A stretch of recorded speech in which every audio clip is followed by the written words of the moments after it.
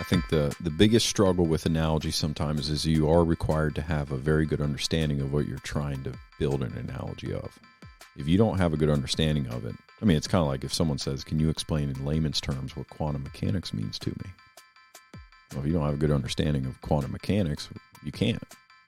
So that is one thing. You have to have that good technical knowledge to be able to present it in a way that the average person could understand. Because if you don't understand it yourself, how are you going to get someone else to understand it?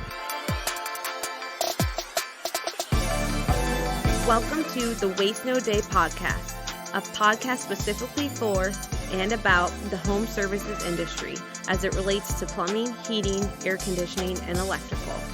More than a podcast, Waste No Day is a credo, a determination, a mindset. It is a never-ending discipline. It is a refuse to lose pursuit. It is a wake-up call every morning to waste no day. Now here's your hosts, Brian Burton and Nate Minnick.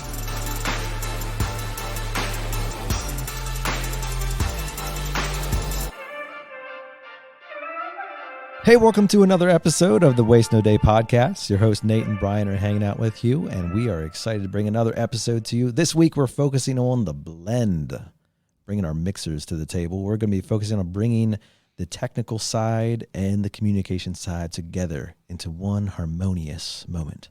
It is kind of funny that this episode 1 week after living a life of balance versus imbalance with one and only Mr. Ed Staub, because this really is about balance, balancing that technical and the communication piece. Search your heart, Luke.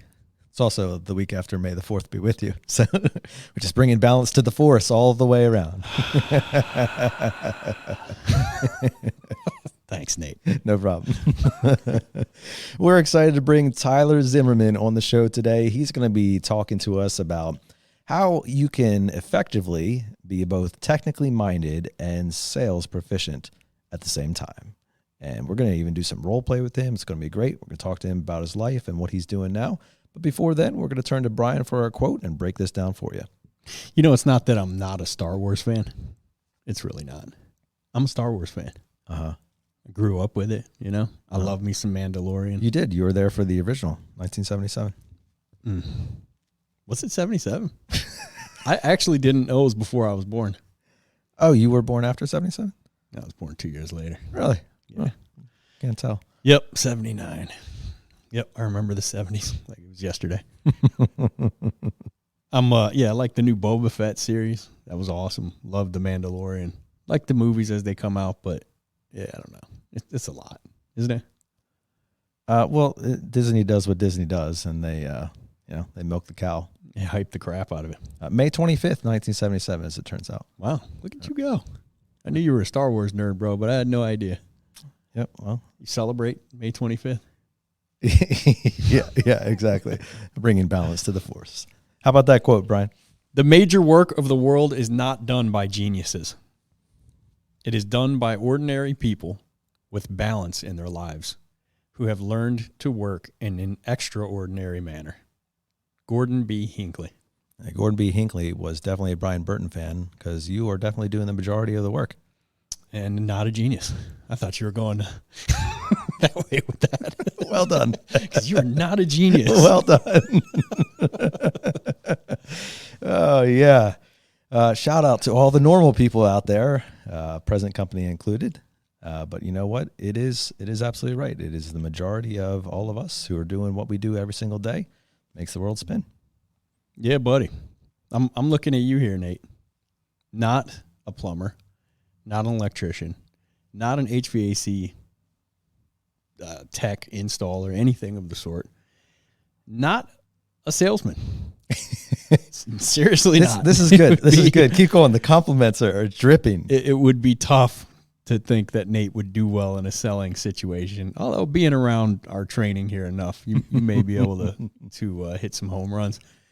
But that being said, I don't know of a person in this organization who does more of the work that has to be done here than Nate Minnick, or at least in the past decade. Oh, thanks, buddy. You're welcome.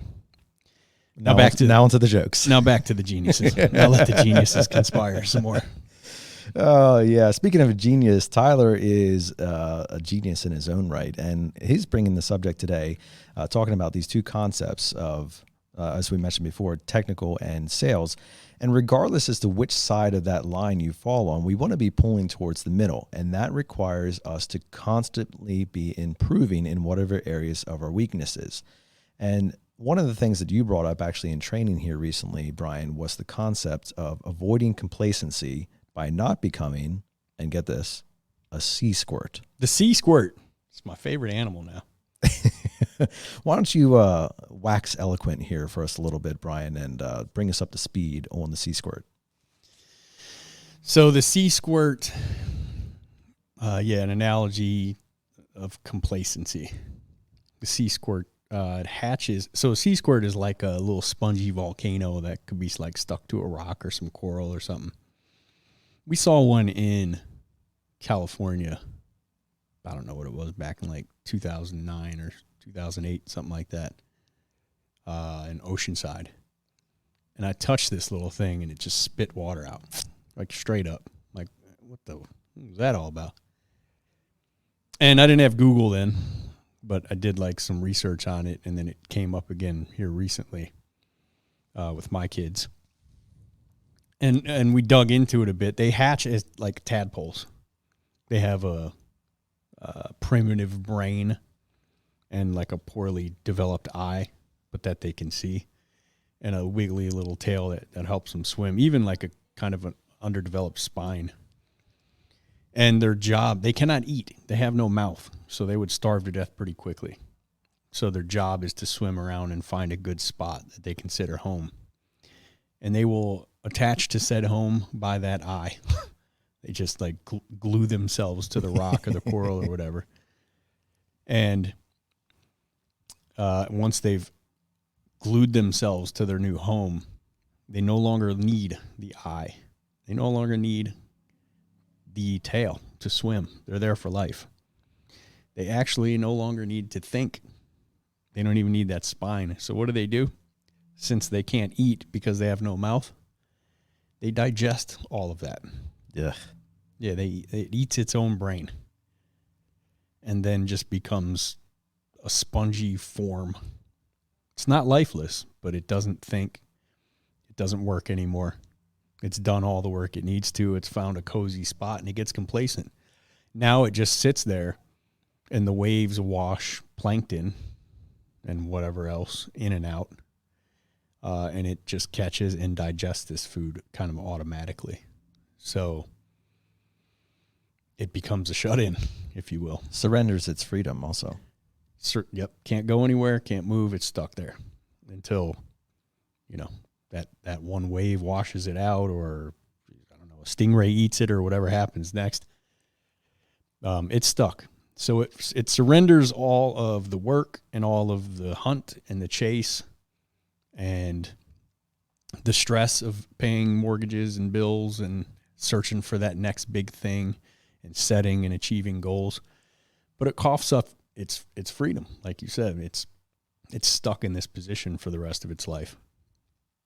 And I was just thinking about that being a good analogy to, what we all have it in us to become,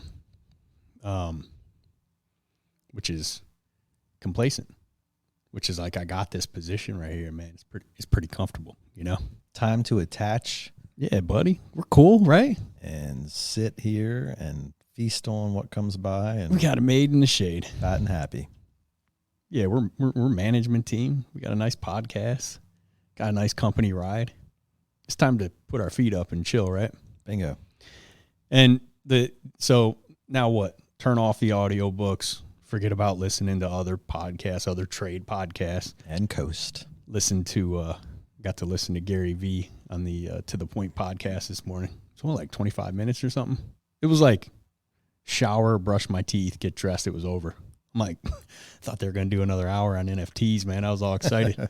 He barely talked about it.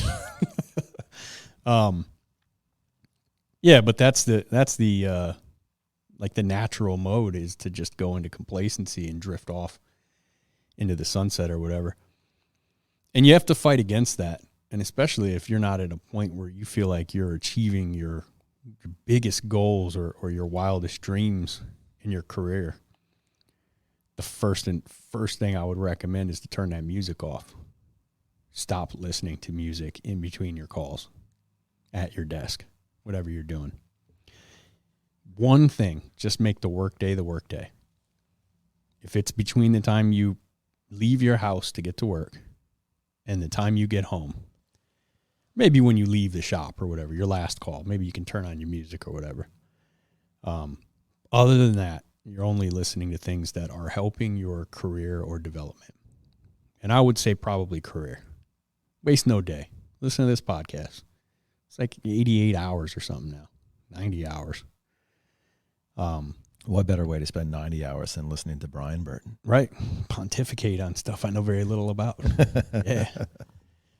Audiobooks on the trade, other podcasts on your trade. At this point now, there are podcasts on every trade you can find that would just make you better and give you little ideas and little hints on how to do things slightly more efficiently. Don't be a C-squirt. Don't find that home and attach yourself and ingest or digest your brain. Exercise that muscle. Let's grow and develop. And I rolled it out to the technicians as such, and then posted it on some social media pages. But I want everybody to be cognizant of that C-squirt thing, and I'm going to be hammering that into my kids as they grow older. That it's so easy to do, to get that comfortable feeling and not push anymore. But I would like to see that C-squirt develop teeth. Yeah. Ooh. Yep. Forget the tail. Get the little wiggly tail grow like a shark fin. Start taking down beach goers. I love the analogy, Brian, and that's certainly what we are all about here at the Waste No Day podcast, is doing everything we can to reject complacency and be forcing ourselves to get better. That's something that Tyler Zimmerman exemplifies in his life and has done so as he has taken over the role of service manager here at our office location. And with that, we're going to put Mr. Tyler Zimmerman in your passenger seat.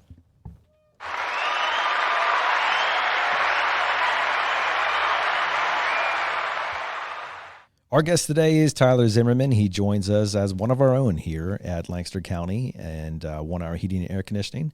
He serves as our service manager and has been working here with us for, well over a decade, I believe.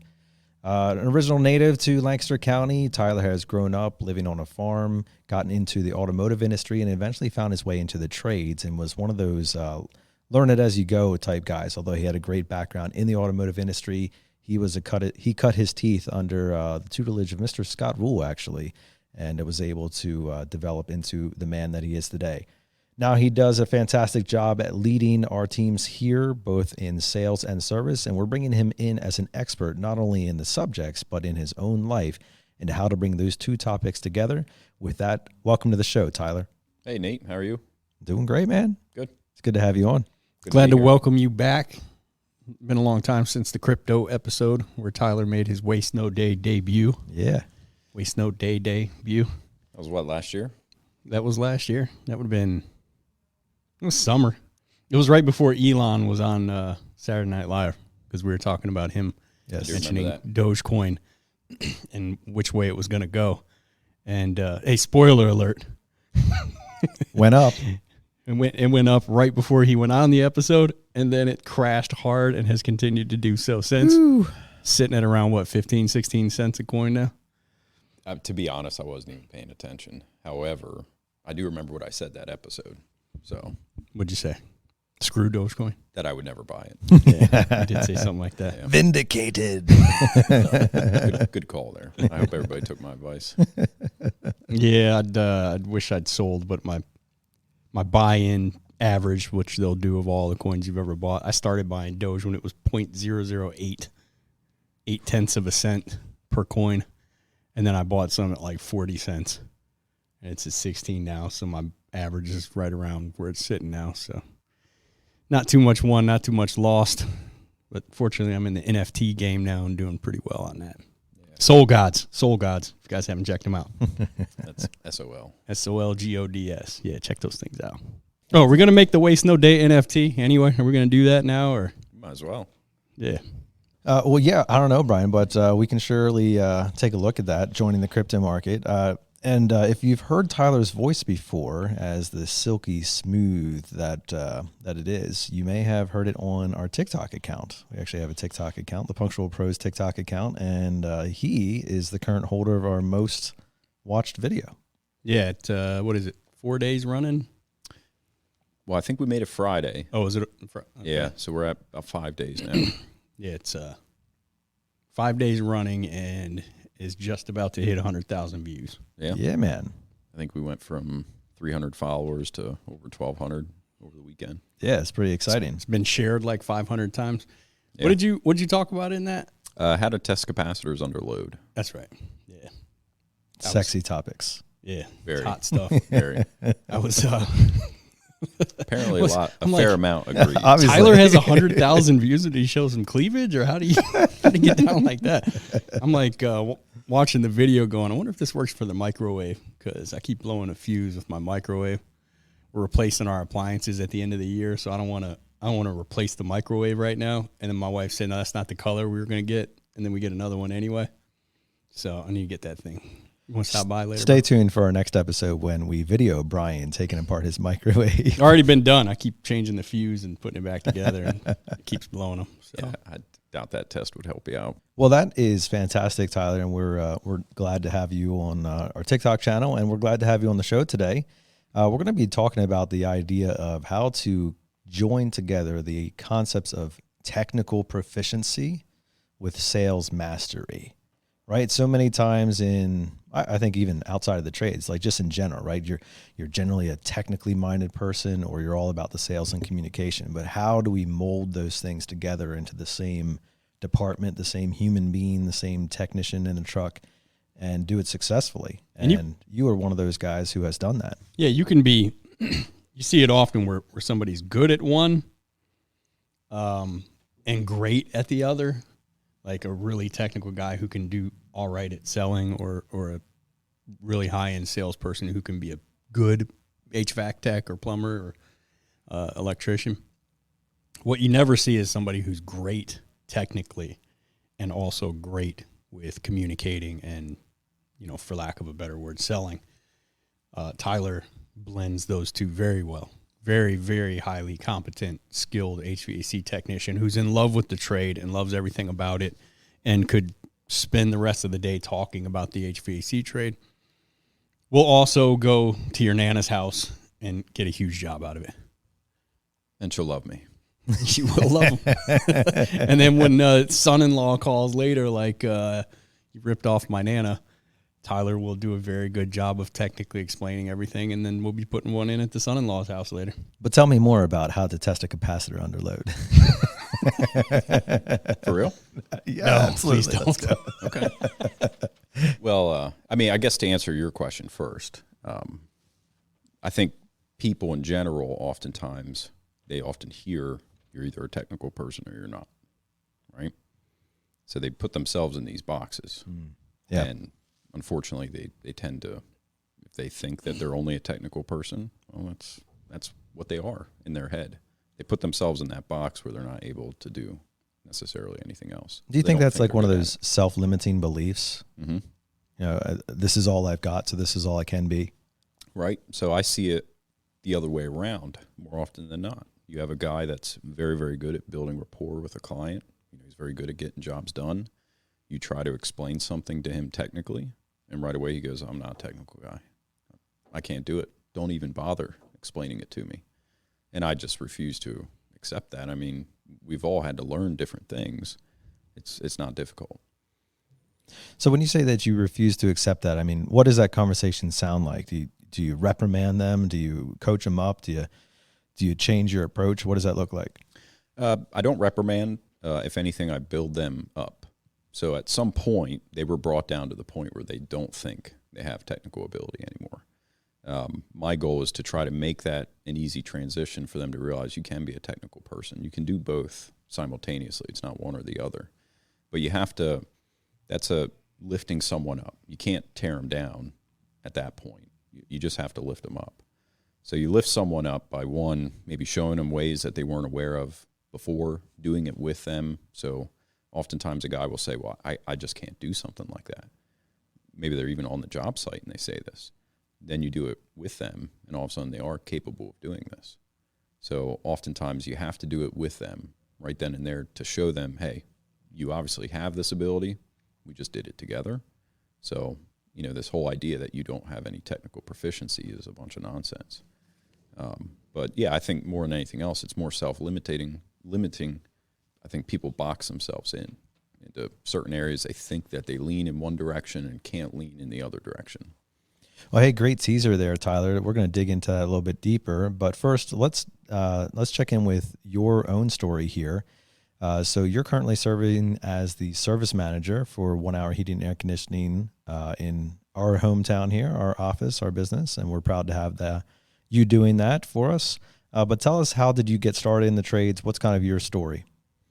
Well, I grew up on a farm, got into auto mechanics. I'm a technical individual. I always liked understanding how things worked, and I was that guy that would tear something apart, and sometimes back then I couldn't get it back together, but I certainly could get it apart. Are we talking about microwaves now? Really anything. On the farm we had this implement shed. Asking for a friend. all kinds of different things in it, motors and different types of machines.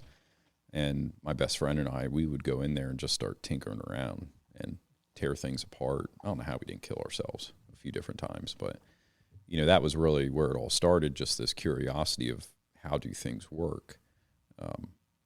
So from there, I transitioned into the automotive world, and I like that, but it's just not something I want to do professionally. So I came and started doing HVAC. So this was actually the only place I've worked at for HVAC. I haven't worked at other companies. It was just so good I didn't have to go anywhere else.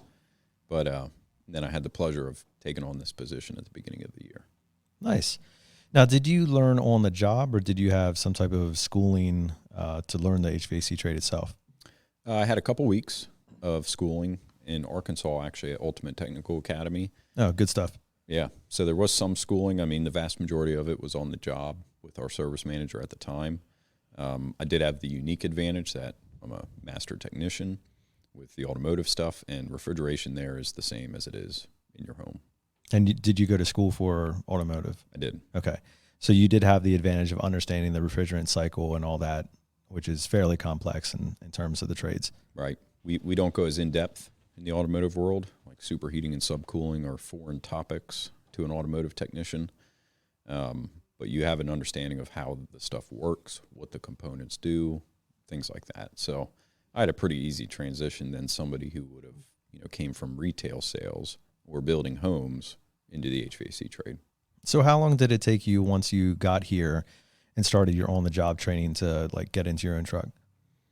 I think I was in my own truck probably 3 or 4 months later. Okay. Yeah. Nice. Probably starting off with maintenance. Yeah, did maintenances. I actually think that first year I was on call during the summer, because I remember my first on-call weekend was actually a July 4th weekend. You were the lucky duck. Yeah. What year was that? 2011, 2010, okay. One of the two. Yeah. Been a while. But yeah, that was when we had, one guy on for Friday, Saturday, Sunday. Right. And I think that first weekend I had like 36 hours or something like that. So I definitely. This was a great idea. Why didn't I do this sooner? It was a great baptism into what the service world can look like. Right. But I had a good teacher at the time. He wasn't the easiest to deal with, but he was a good teacher. Right. So. Okay, so obviously you started your career in the HVAC industry about a decade or more ago, and have been learning all the ins and outs of that since. When exactly did the concept of sales enter into the picture? Pretty much right away. Okay. So I've always been very comfortable with talking with people. And that was always part of the job. I mean, I had a good understanding, even in the automotive world, that to get work done, it has to be sold. It's not a morals thing. I mean, this is reality. Whether it's a repair or a recommendation, that work must be sold. So it's the same way here. If we're going into a home and let's say I found a blower motor that needed to be replaced, yes, it may needed to be replaced, but I still had to sell myself to get that job, if that makes sense. Now, when you were working in the automotive industry, different shops run their outfits differently. Were you the guy that was also interacting with the client, or did you have like a front man and then you were doing the work on the back? So there was one garage I worked at where we were actually the front man ourselves. All the other ones, we had a service writer. So we would basically write up the work order ourselves, what our recommendations were, what needed to be done. We would give that to the service writer, and then he would actually discuss that with the client. So there was very little interaction between the owner of the vehicle and the guy working on that car. And of course, that's very different in the trades where you are solo in the house and it's just you. Right. And I actually prefer it this way. One of my frustrations at the one garage I worked at was I always felt that our service writer wasn't the best. And I think his official title was service advisor or something like that. So, I would have these recommendations, things that needed to be done. He would maybe get A, B, and C sold, but not D, E, and F. Well, that was not the result of my work. And I always felt like, well, if I could have done that, I probably could have gotten that. So that was one thing that I really liked here was I was the sole person interacting with the customer about my findings. I was able to use some of my technical ability to help build the value behind what I was finding. Whereas a service writer in the automotive world oftentimes is not a mechanic. You miss a lot of that value. I mean, they're there to sell the job. They don't necessarily know what you did or how you did it or showing the client those types of things. Yeah. So Tyler, obviously you had the experience in the automotive industry, not only learning the technical aspect, but in interfacing with a client. And as you just mentioned there, being able to explain the work that you were about to do or that you were recommending to do.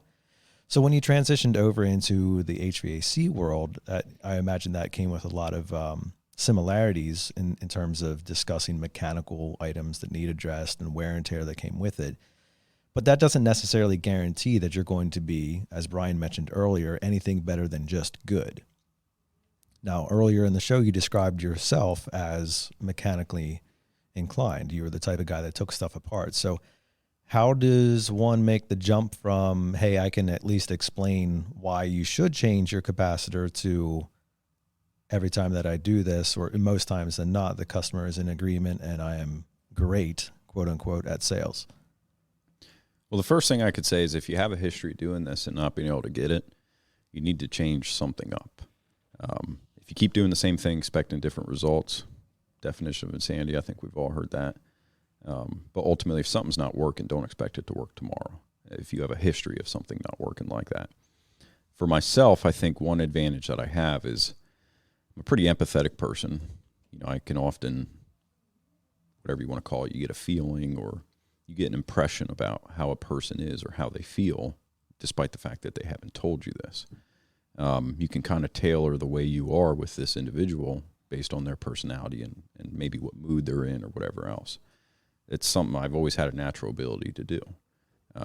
If I was around a guy that was older, more rough around the edges or something like that, I could be a guy similar to that with him. He would feel very, very comfortable with me. Not that I was faking it necessarily, but it's like the chameleon approach. Yeah, and it's almost subconscious. Like I don't even think about it when I do this. It's you kind of tailor yourself to the person sitting across from you, and that's how you are around them. So if I'm around somebody else that's not like that, I don't want to be stuck in this technical mindset where I'm just trying to explain these technical things to somebody who could care less about any of that information. And I think that's what a lot of guys struggle with. They'll be very technical with an individual that maybe appreciates that. And maybe that's what they're looking for. But they do the same thing with somebody that could care less about that kind of stuff. They just want to know what's going on. Maybe they're more interested about how your weekend was, plus your recommendations. And then you're focused on explaining how capacitors work or how electrical motors work and why they need to do this or why they need to do that. So let's talk about the divisions that naturally occur in the trades. We have I'm a technical guy, or he's a technical dude. And then we have, he's a communicator, he's a silver tongue. Do you think that occurs naturally, or are there things that are set up in the trade industry that automatically divert people into those two groups? I think both can be true. I think there is a natural aspect to it. You have people who are naturally good as communicators. Other people are naturally good at technical things. I I think, unfortunately, in the trades world, you can often get lumped in one of those groups. Right, and that's what you were talking about earlier. Yeah. And in the self-limiting beliefs and things like that. So why does that happen? I mean, is that a cancer of the trades that is odd compared to the rest of society? You know, in that we force people, so to speak, into, oh, you're a technical guy or you're a sales guy, or do you think that happened? I mean, did you see the same thing in the automotive industry? In the automotive industry, not really. I mean, you had to be technical to do it. So if you didn't have technical skill, you just didn't get the job. That was often how it worked. Is that not the case in the trades? Depends what trade you're doing. I mean, oftentimes in the automotive world, the technical knowledge that you had to know was much higher. So you had to be a technical individual to do it. In our world, it's almost more important to have better communication skills to a certain extent. Why is that? So we have all the technical knowledge that we need here at our business, our place of business. We can send a technician out that maybe doesn't know everything, but he has all this support behind him to make sure that that job gets done. What's critical is that he can communicate, because you could have a guy that knows everything, but if he can't communicate, at the end of the day, it really doesn't matter. Maybe the homeowner doesn't trust what the guy is saying, despite the fact that what this guy is saying is correct. But if you cannot communicate effectively with people and you give this impression that you're not being trustworthy or whatever the case may be, you may not get that job, despite the fact that you're being truthful and honest about the issue that's actually going on. That's where the body language and communication training comes in, and is so impactful.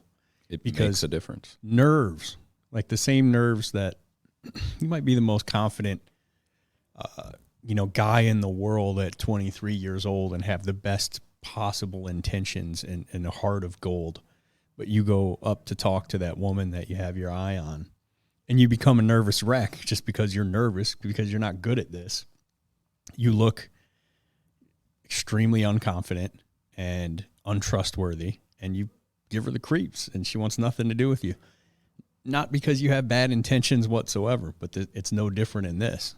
Until you become good at this part of communication and approaching people and asking people to become the owner of something that you know is good for them, right? You already have that in your arsenal. You know this thing is going to benefit them and their family. Until you're good at asking for that business and closing that job, you should be expected. You should expect that you're going to have low success rate.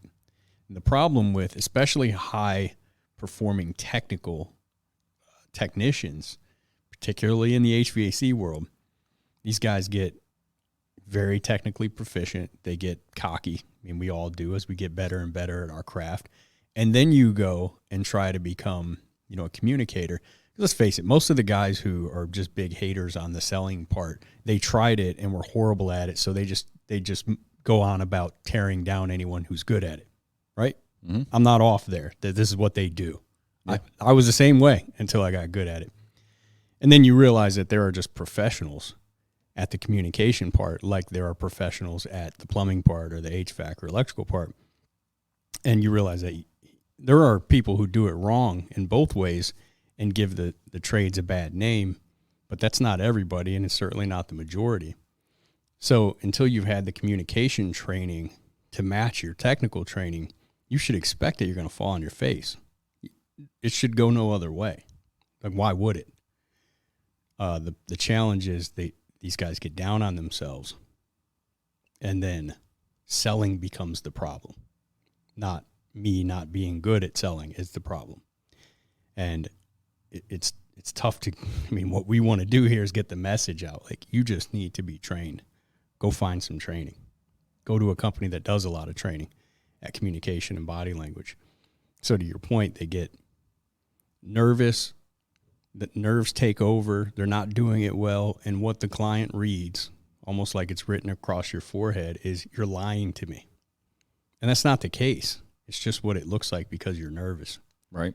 We're big fans of all kinds of different training here. One in particular is the Black Swan Group, with a couple of their guys who have been on the podcast, Brandon Voss and Derek Gaunt. And they talk a lot about this, and it's very impactful stuff when you don't know what you're finger tapping that you don't even notice you're doing is just your body saying, I'm uncomfortable in this situation because I'm not used to it. But what the client is reading on that finger tapping, I've seen this before. He's lying to me. Right? He's trying to rip me off. Yeah, and he just wants in my wallet. Could be something like, hey, I'm just nervous because I'm not used to communicating with people. And like you said, the homeowner may be like, what's he nervous for? Is he trying to rip me a new one? Right. He's anxious because what's going on here? He's trying to get up in my wallet. Right. And we've seen time and time again where you have individuals highly proficient in what they do, yet very unsuccessful in the home because they can't get jobs done. Highly proficient on the technical side. On the technical side. So they're highly proficient, but they struggle with getting jobs sold, getting recommended work done. And then you see other guys that don't have any of this proficiency. So very technically limited, I would say. But they're here. People love them. People request them. They'll request those techs over techs that know more than them. Now, why is that? Why would you ask for somebody that knows less about HVAC to be in your home? You make me comfortable, buddy. You know what I mean? Yeah. Right. But I tend to be the same way. Even as a technical individual, I want to be around people I'm comfortable with. As much as we don't agree with it, it's not necessarily the right or the wrong thing to do. We make judgments about people all the time without ever talking to them. Well, take that judgment and make it even worse. Let's say you made a negative judgment about somebody and then they're in front of you and they're just, blundering left and right, falling all over themselves. It makes it even worse at that point. And then sometimes it's pretty hard to redeem yourself in that situation too. You're not friends with these people necessarily. You're there as a professional. They're not obligated to give you a second chance like a friend would. So it becomes very difficult at that point. But that's where your technical knowledge has done you no favors at that point if you don't know how to communicate. It's probably actually taking you the other way. It can. There is such a thing as information overload. So a technical person can go into a home, they take pride in what they know. They want to inform people of how things work. This is what they want to do with people. To a non-technical person, this can be very overloading. And it's just so much information to digest at once that all of a sudden you're not in a position to make a decision anymore. So that is a real thing. It's called information overload. The overlord. The overlord of information. That's an edgy mistake right there. Yeah. But I've seen it happen many a times where a client was in a position to make a decision. I couldn't keep my mouth shut, and I just had to fill them in on all the beans on how I tested this and how this works and how that works. Why? It's a subconscious desire to just spread that knowledge, I guess. Is it pride? Maybe a little bit. Like, man, I know the ins and outs of your system. I just got to show you how much I know. No, it's I don't know if I would say. It might be 20% pride. It's 80%. I want to show you that you can trust me technically. And here's why. Here's how much I know. I think that's part of it. I think another thing is, I think a technical person, they understand how it works because they understand it technically. So I think when a client may be hesitant about such and such, automatically the assumption is, well, you don't understand it. I'm going to explain it to you the way I explain it, how I understood it, and this is how I understood it. But they can't understand it that way. It'd be like an algebra teacher trying to explain equations to someone who doesn't know anything about equations. And he's going, well, the X is this, and they're like, what the heck are you talking about? You know what I mean? X is a letter, bro. Yeah. This is math. So I think some of it could be that's a way that we're trying to build confidence with what we're saying is by trying to explain it technically. And then I think the other side of it is I think we build this box around how to understand certain things. Well, that's how we explain it to everybody else. Yeah, and that can be a mistake because, for one, go ahead and assume that the homeowner you're showing up to serve, they're assuming you know what you're talking about. They just naturally assume you know what you're doing. They paid you. Occasionally you'll get an engineer who's going to test that. Right. But like 90% of the people you're going to serve are assuming already you know what you're talking about. Your job is to make them comfortable. Yeah. First and foremost. That's the white coat scenario, right? You walk into a hospital, you see somebody with a white coat, automatically, boom, he's a doctor. They probably know what they're talking about. Our technicians all wear uniforms. I mean, there's a certain credential to showing up to a house with the uniform on, regardless of whether you have right to be wearing it or not. But it's the same concept where you naturally have faith because of the dress. Right. When you pay for something, your assumption automatically is that they know what they're doing. I mean, that's granted. That's a given at that point. Yeah. So you have guys who, let's just talk, UV lights in the ductwork, whose their MO is to go in and talk about what the UV light does, the technology that goes into it. Mm-hmm. And there was a saying in vacation ownership, if you're going to sell somebody a vacation, spend 90% of the time talking about the destination and 10% talking about how they're going to get there. And technicians, HVAC technicians in particular, seem to be more guilty of this than anybody. They spend 90% of the time talking about the technical aspect of what a UV light does and 10% talking about what it actually does for the client. Mm-hmm. And that's a mistake, because 9 out of 10 clients don't care how it works at all. Like, not even 10%. Right. You want to throw it out there, but at most 10%. If you get someone who really pushes you out on how the technology works, dazzle them with your info, dazzle them with your knowledge. But if that's not the case, let's talk about what it does for their family. Right. Get one in your home, experience the benefits, get one in your family's homes, let them experience it, ask them how they like it, ask previous clients how they like it, what it's done for them, and go tell the next client. That's it. Agreed. And I have a weekly email that I send out every week for love it, buddy. service tax. You're doing 2 quotes on it now, too. I love it. I am.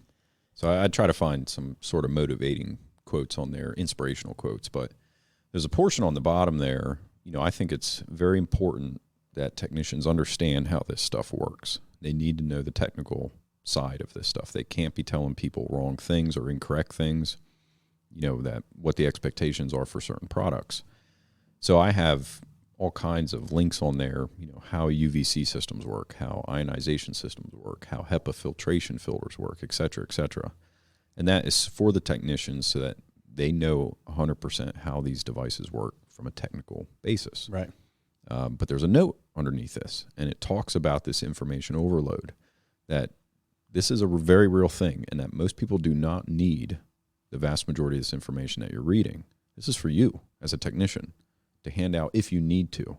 But this doesn't mean you come in right away and start rambling off all the specifics on why HEPA filters are able to catch, particles that are under 1 micron in size. The average homeowner does not care about this whatsoever. And if anything, you overload them with information like we mentioned previously, it's pretty difficult to make a decision. What are they going to have to do now? They got to think about it. They're going to have to think about it. Right. And they might need a couple weeks to think about it. Right. And they're going to take your card, and they're going to put a magnet on it and put it on the front of the fridge. And, hey, I'll remember when I go to get ice for my cup that I need to call you back. Don't worry. This is often I need to think about it. I need to discuss it with my husband. Mm-hmm. I need to research it. I need to ask a friend. This is often the objection you get when you have overloaded somebody with information. Right, because their ears are smoking and they've been asleep with their eyes open for 20 minutes. They could have been on the edge of saying yes or no, but now you've given them so information that they need time to process this. And all of a sudden, maybe they were about to say yes, and now they're like, well, I don't know. Maybe I just need to look into it more. I didn't realize all this stuff. The other part of that is we don't want to withhold information from people. This isn't we want to give them as little information as possible and make a decision. Every situation is unique, but it is a very real thing. We should not be going in as technicians and just dumping all this textbook stuff on people and then expecting them to make a decision while we're there on site. It's a very difficult thing to do. I mean, if you're curious, call a life insurance agent and tell them to give you all the data on how that life insurance policy works. And then good luck on making a decision. Sure. Yeah. So, well, speaking of making a decision, Tyler, I mean, in a team environment where the dichotomy is set up as almost opposing, right? Mm-hmm. Sales against technical against sales. How is one supposed to make a decision that I want to live in both worlds? So we all come in with perhaps a natural gifting. Maybe some are more in the middle than others, but certainly some are on the extremes. And how do we begin pulling those extremes more towards the middle, where the communication only like, hey, I don't need to learn that, or I can't do that. guys are like, no, actually, it is important. I do need to know how this works, and I do need to know how to do it. And the guys who are like, have a conversation with a human being. Give me a manual, please. How do we get both sides of those extremes to start working towards the middle, and not just living in the middle, but respecting each other's giftings? I think the big thing is starts at the top. So with the leadership, for one, the leadership needs to want that. So we talk about that a lot with our team or here, that you can be both and that it's ideal to be both, and that there's nothing wrong with either or.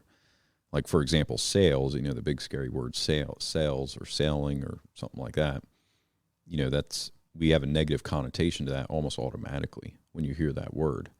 But there's a way to explain it to a technician that, hey, all work is technically sold at that point. You're not ripping anybody off.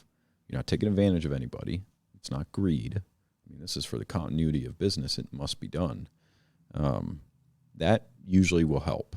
So if you have guys that think, well, selling is just a sham, it's a waste of money, you're trying to just make more money because greed and this and that, one, you need to own what your definition of selling is and how you explain it to these technicians. So when you explain it to them in a way that we're not in business to rip people off, we're in business to give people options, let them make decisions on their own. But at the end of the day, yeah, we do want to sell work. We want to do work. We're here to make money. Most guys understand that. I've gotten very, very little kickback when it's explained in that manner. If you just go in there and say, I want you to sell this and sell that so we make more money, yeah, you're going to get that. What about the other direction? The sales guys that are more like, I'm good, bro. Like, I just talk my way around things. I don't need to learn all the nuts and bolts of it. Yeah. If you're a service technician, you need to know what you're doing.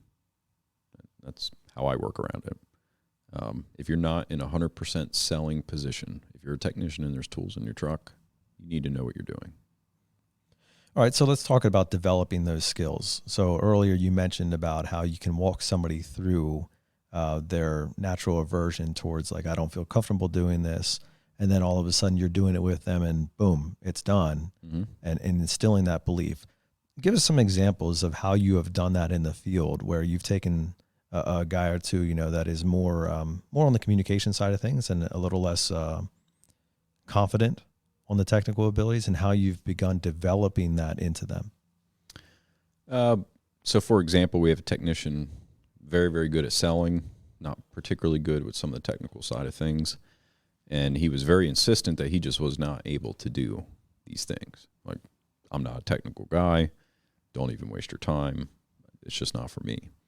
I went out on job sites with him and gave him a hand with some of the things that I was asking him to do. Showed him it's really not that hard. And before long, he was doing it on his own.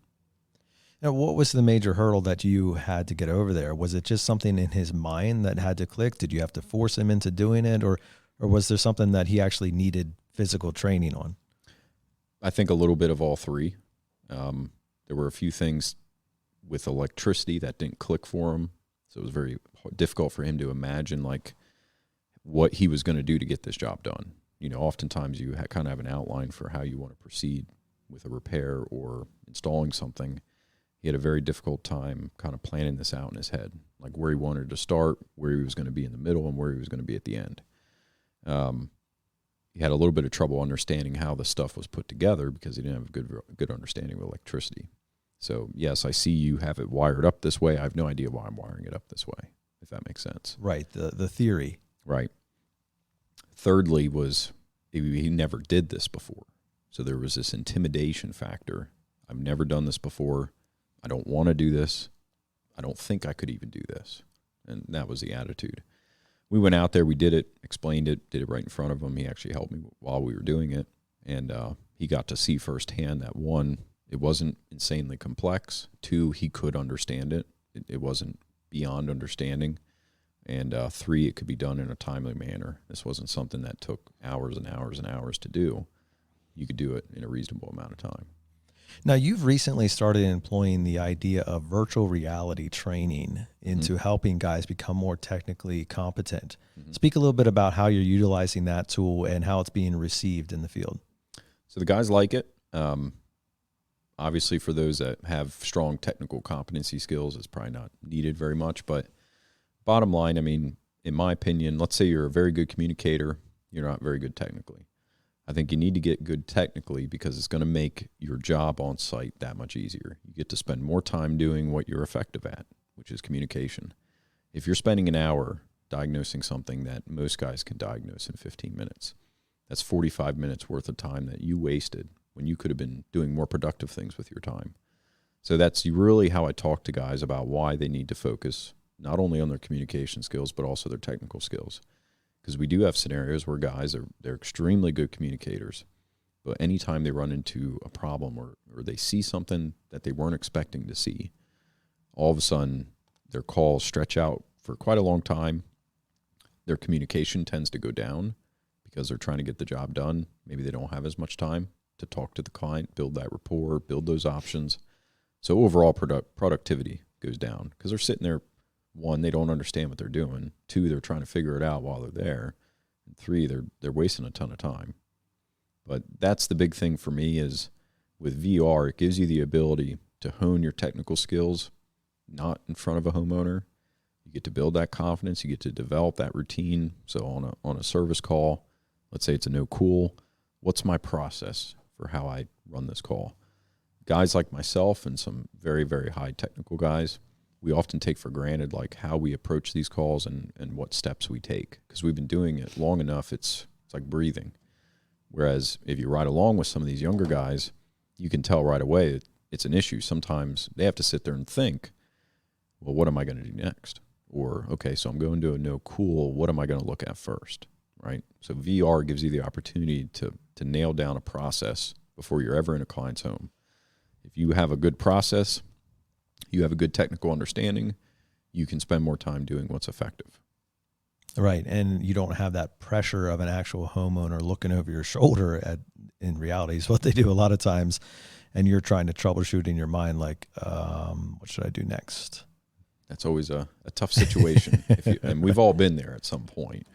It certainly happens. Even when you think you know most everything, it still happens on occasion. But it's even worse when you just don't have very good technical skill. Maybe you've limited yourself by saying, I'm just not a technical person, and that's what you say.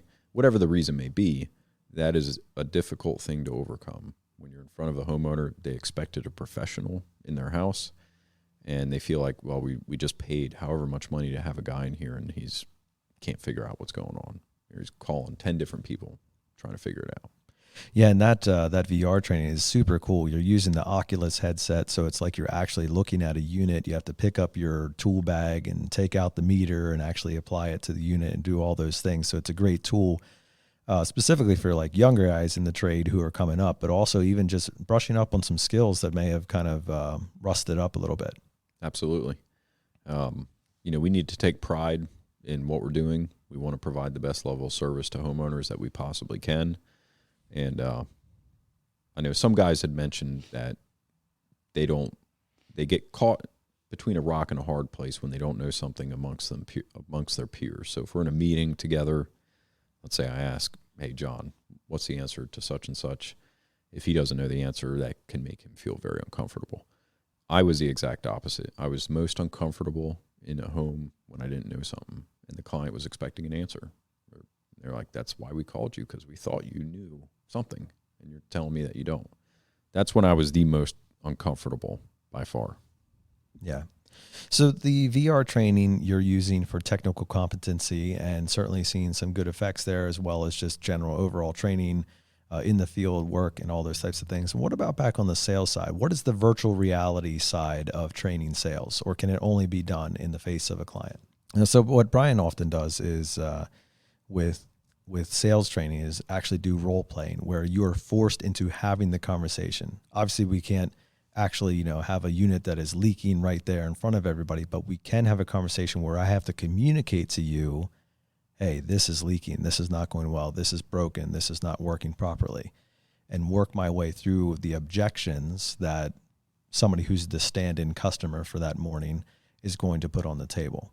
Yeah, I would agree 100%. Role play is a big, big thing. One, you're actually doing what you're supposed to be doing. So you're sitting there having a conversation, not just saying, well, yeah, I talk about this with people, or I talk about that with people. it forces you to actually go through your process, so to speak, your communication process. Right. Now you're the type of guy that Tyler that has you live in both worlds very, very well, and you've blended them together into your own personal way of dealing with a client.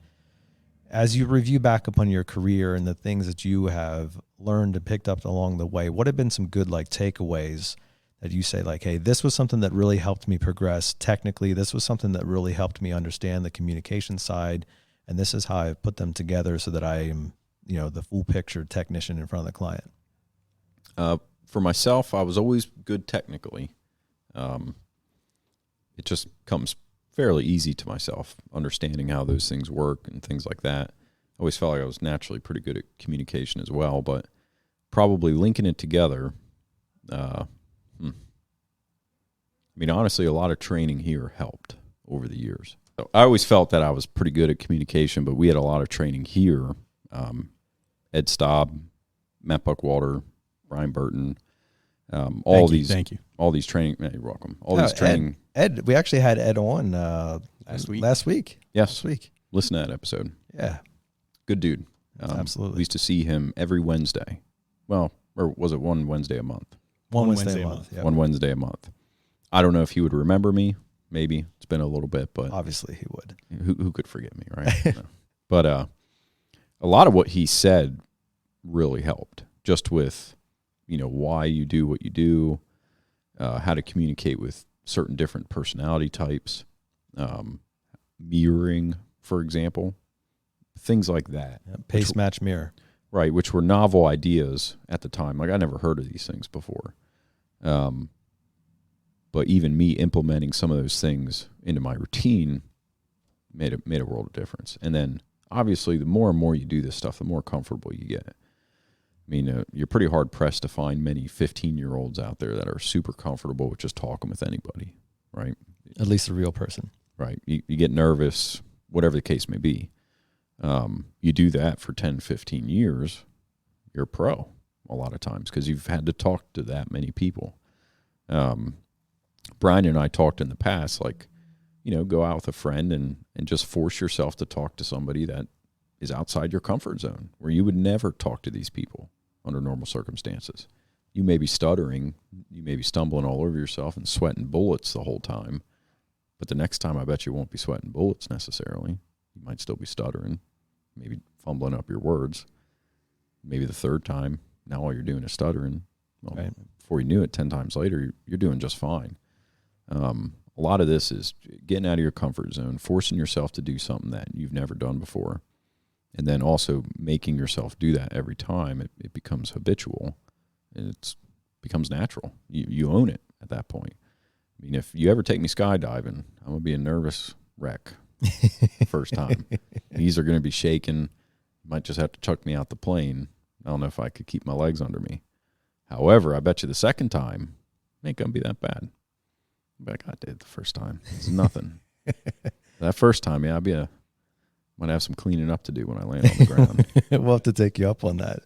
A WND sponsored air jump. Skydiving event. Yeah, I'm in. Let's not video it. I'm into. Let's video the fourth one. If we don't video it, I'll be good. Oh, Tyler, this is good stuff today. And what we've been talking about here is the concept of blending what seems to be, unfortunately, two opposing sides, the technical and the communication piece.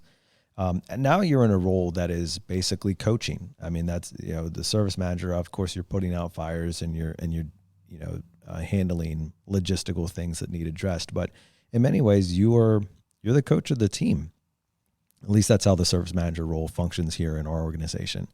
And so as you've embodied that role here, and you said you took over the beginning of the year, and as I mentioned, we're proud to have you on the team. But what have been some things that have come to your attention as like, wow, I didn't expect that I would have to deal with that in this role. I didn't see that this was going to be something that so many guys struggled with. And what have been some things that have been kind of a learning ground for you? Well, the one is what we're talking about, is this idea that I'm a technical person and I can't sell, or I'm a person who can sell and I can't do technical things. I always knew some of that existed. I just didn't realize as much, when I took this position. But ultimately, I think a lot of that, it comes from the top down. a lot of times. So if you have a service manager that says you're a technical guy, that's what you do, right? That's what they're going to end up doing. If you say to a sales guy, you're a sales guy, that's all you're going to do. You don't have to worry about the technical things. Well, guess what? They're not going to know the technical things. Conversely, if you have like myself, for example, if a guy tells me that all he does is sell, he doesn't know any technical, he's incapable of that, that's not good enough. He's going to learn. Okay, we're going to teach him how to be technical. But owning that myself has helped because the guys look up to me for guidance on that. So if I sit there and say that if you're a technical guy, that's all you're doing. If you're a sales guy, that's all you're doing. Whereas if I say you're going to do both, all of a sudden you'd be amazed how many guys actually are like, yeah, let's go with that. Let's do both. And now you got guys that great communicators, weren't very good technically. Now they're good technically. They're getting better every day that goes on. We have guys that are very good technically, very poor communicators. Every day their communication's getting better. I get surprised a lot. Some guys, terrible communicators, and then in the home they're just killing it. They're doing a great job. But a lot of that is you have to own it up top, and then they see that. You have to be a good example for them. Now, do you do any like intentional pairing of like, hey, let's put Mr. Communication over here with Mr. Technical, and let's make those guys ride along together or sit beside each other or train? Not so much like that, just because we have enough calls to run that it's difficult to tie up a guy like that. But with ride-alongs, I do this. So if I know we have a guy who wants to work here, he's a very strong technical guy, he rides with one of the very good communicators. That's often how that works. Okay. Yeah, and then what do you expect? What is it like your expected result from that pairing? One, that they can learn from each other. But two, the guy that has very good technical skills, the one who's doing the ride-along, that he comes out and sees that I can do both. I've seen how he communicated in the home. I mean, a lot of these guys that say they have very poor communication skills, when you ask them, how many times have you been with a technician with strong communication skills in a home? That number is very small, oftentimes, incredibly small. You'll have a guy say maybe 5 times. That's crazy to be able to see something like that only 5 times. Well, Tyler, I wonder if you would be gracious enough to do some role playing here with us on the show. As our listeners may have picked up over the last year and a half of episodes, Brian and I do have slightly different personalities. Brian is definitely a very detail-oriented, extremely high C. Wait, what universe is this? Hey, Doctor Strange is coming out, so check that one out. But no, just kidding. Would you be able to demonstrate how you bring to the table, a different approach for a different client, and blending together that sales aspect, and that technical aspect at the same time, whereas you mentioned earlier, you're chameleoning yourself into the person that you're talking to. Let's give it a go. What are you thinking? Let's see, we're heading into summer. Let's do a no cool call. So you're out at my house. I'm a little hot and sweaty, a little frustrated, a little upset about the situation. And you're going to tell me that something is broken and needs fixed, and we'll go from there. Okay. I know if Nate's hot and sweaty, then Google came out with some kind of new marketing tool. He's all turned on. Excel had a new release. Can't wait. Well, let me think here. Why don't you explain how to test a capacitor under load, and then tell him about how much this repair is going to cost, and then present the option for him to roll that same amount of money into a new system should he decide to get rid of this 16-year-old system. Whoa, hey guys, I wasn't walking in here looking to spend any money on this podcast. Calm down. Getting nervous. What we can do, buddy. Tag team. Well, I'm not sure I would ever explain to a customer how to test a capacitor under load. That's true. Well, just dazzle me. Dazzle me with your technical knowledge while also making me feel like I'm walking with you. Okay. So, Nate, I had an opportunity to look at your system today, and you mentioned it wasn't cooling. that you're hot and sweaty. Yeah, you can see here. Brian here looking a little hot. Yeah, Brian here seems to think it's from Google. His apprentice. I could tell you right now, something's going on here in this house. Okay, yeah, I'm hot and sweaty too. Okay, got it. Thank you. So I ran the system. I went through it very thoroughly. We can certainly explain this a little more in depth if you prefer, but ultimately what I found is there is not enough refrigerant in this unit. So the indoor coil is starting to freeze. It's not going to provide cooling the way it should. It's blocking airflow on the indoor unit. So at this point, you have a leak somewhere in this unit. We're going to have to figure out where this leak is coming from if we want to repair this. And then ultimately, we're going to have to recharge this as well. Tyler, let me stop you there. So the leak, I mean, is that something that I should be concerned about as far as my health? I'm not a technician or anything like that, but is that leaking into the air? Are we breathing that in right now? It's possible. Some of it could be. I mean, the risk is very minimal unless you're in a confined space. Okay.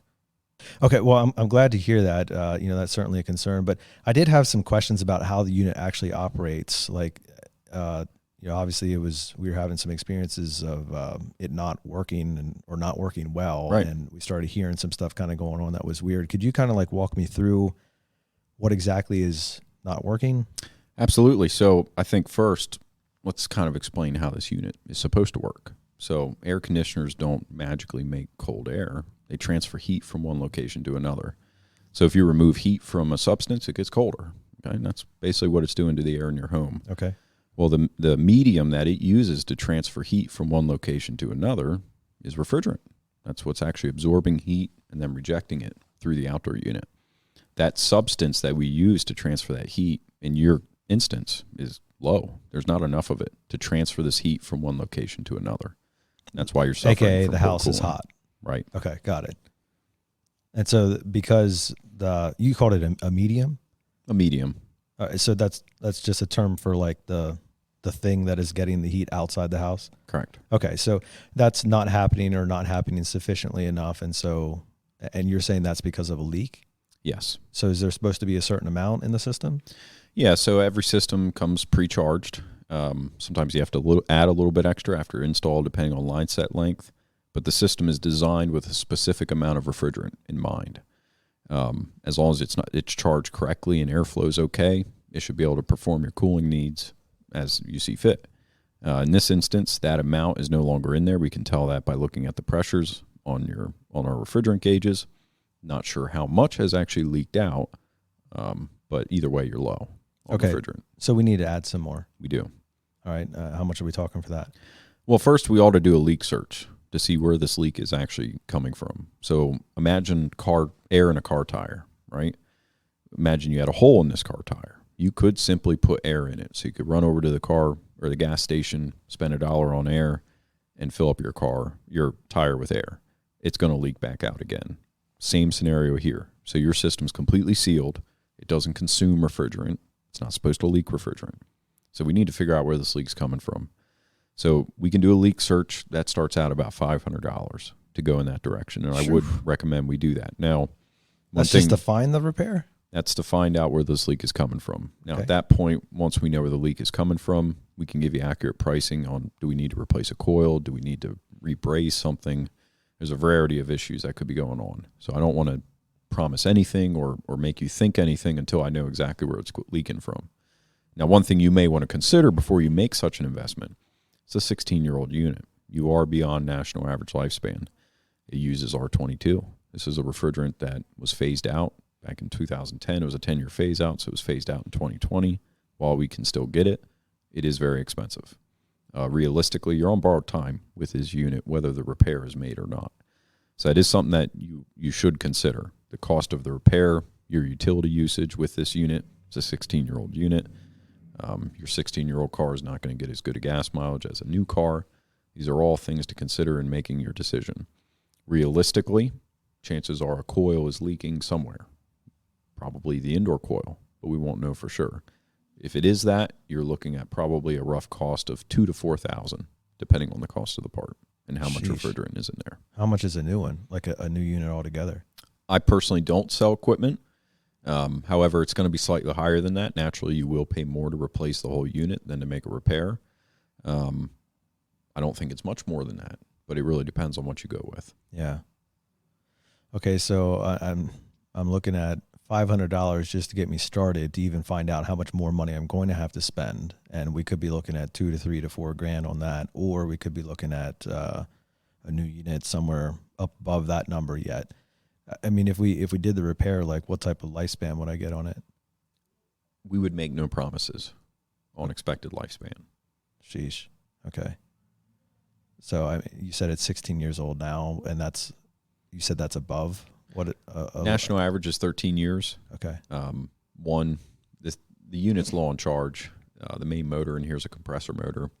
Compressors will typically last you 15, 20 years, but there are no guarantees in that. There's a lot of unknowns here that we can't account for. So it'd be very difficult for us to say, hey, you got another 2 years out of this unit or 5 years. I mean, who knows? It could die in a month. It could run for another 5 years. Hey, I'm Brian, Nate's husband. I had a question real quick.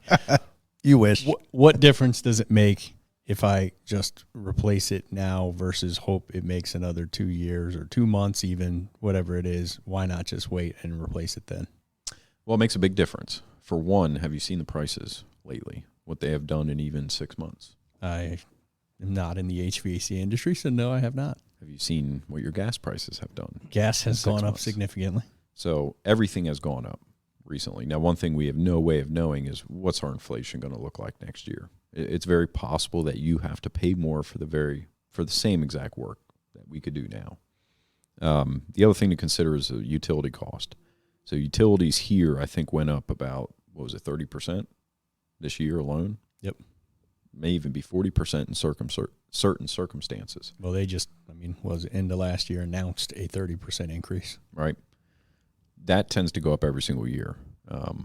So your utility costs, you're not going to get those savings now. You're going to have to wait till next year to get those savings. So that's an extra cost as well. And then whatever parts need to be replaced between now and then as well. These are all extra hitting costs. You don't know until it happens, but either way, you're spending all this money on things like that when you could just bite the bullet, replace the unit, take advantage of the savings right away. You don't have to worry about spending an extra $2,000 on a unit next year for the same exact thing. You're using less electricity. It's a more efficient system, keeps you more comfortable. You get to enjoy those comforts right away, things like that. I mean, it kind of seems like it doesn't make a lot of sense to invest money into a system that inevitably is going to have more breakdowns, and probably, I'm guessing that part, whatever you mentioned it was, is not a cheap one. The motor thingy. The compressor. Yes. It's probably one of the most expensive parts in the unit. Yeah, and we're already at expected lifespan on that one. Right. Yeah. Average lifespan. Average lifespan. Yeah. Nice. Hey, good stuff, Tyler. That was solid, man. I hope so. Nice balance of explaining how the system works and what the system is doing, as well as explaining the nuts and bolts of the dollars and cents. Right. I do force myself to use a lot of analogies because I have a tendency to want to explain the technical side of things. So, like, for example, air in a car tire. Right. We know it's not supposed to leak out. It's supposed to stay in there, what you put in there. Most people understand that very well when you're talking about a refrigeration system, how it needs to be sealed, that this refrigerant's not supposed to leak out. It's not a gas tank. It doesn't consume it or anything like that. So I use a lot of analogies to help people understand. When the refrigerant is leaking out, the air is leaking out of the tire. Correct. You not only need to get the air back in, you can get that tire fixed. Right. So just like a car tire does not consume the air inside of that tire. It just stays there. It's not being used for anything per se, but nothing's consuming this oxygen that's inside that tire. Also, it shouldn't be leaking out of the tire. You shouldn't have to go and fill your car tire up once a year or every week or something like that. Obviously, things can leak on a car tire, and then you lose that air. And what do you have to do? You have to fill it back up and fix the leak. It's the same concept with the refrigeration system. Even with technicians, like if I'm trying to explain the saturation temperature of a refrigerant or what saturation actually is, I will often just say water. Imagine water in gas form and in liquid form. And I'll often use that because sometimes when you start saying refrigerant, guys, it's tough to picture this stuff in your head. You have no basis as to what to picture it off of. You start using analogies like water, for example, boils at 212 degrees. We would say the saturation temperature of water was 212 degrees if it was at a certain pressure at sea level. So let's say you heated up water on a pot and it boiled off, and you measured the steam, and the steam was at 222 degrees. You've superheated that water 10 degrees. That's an easy way for guys to understand, like, you've boiled the water off into a gas. Superheating is the sensible temperature change from its saturation point to the actual temperature of that gas that you boiled off. Nice. I feel like I'm learning something. Yeah. Sensible is measurable. Oh, I'm back to dumb again. Crap. So the best way to think about it is, You just reached Nate's saturation point. let's say water. Superheat from here on out, buddy. This might help a little bit, but let's say you have water at 100 degrees and you're heating it up to 212 degrees. That is a sensible change. Every BTU of energy that you put into that water, you can measure the result. It changes in physical measurable temperature. Well, let's say it hit this 212 degrees, okay? And you're continuing to add heat to it. It's absorbing heat, the water, but it's not changing in physical temperature. This would be called a latent heat change. So the physical temperature has remained the same. It's still 212 degrees, but it's absorbing massive amounts of heat as it's doing this. I mean, your burner on your stove is still on. You still have a flame on this pot. So where's this heat going? So once it heats it up enough, it'll actually convert from a liquid to a gas. And that is where your extra heat is in that gas. So let's say you measure the steam. It's at 220 degrees. You have superheated that water 8 degrees. Yeah. So I mean, that's good stuff there, Tyler. And I think the power of analogies cannot be overstated, because you are, in most cases, whether it's HVAC, electrical, or plumbing, you're dealing with things that most homeowners have little to no idea of what you are talking about, especially when you start talking about the actual terms like superheat and subcooling and even talking about PVC pipe. Like, they know the concept, but they don't know what the different schedules are and you know what pitch it's supposed to be at. It's all foreign.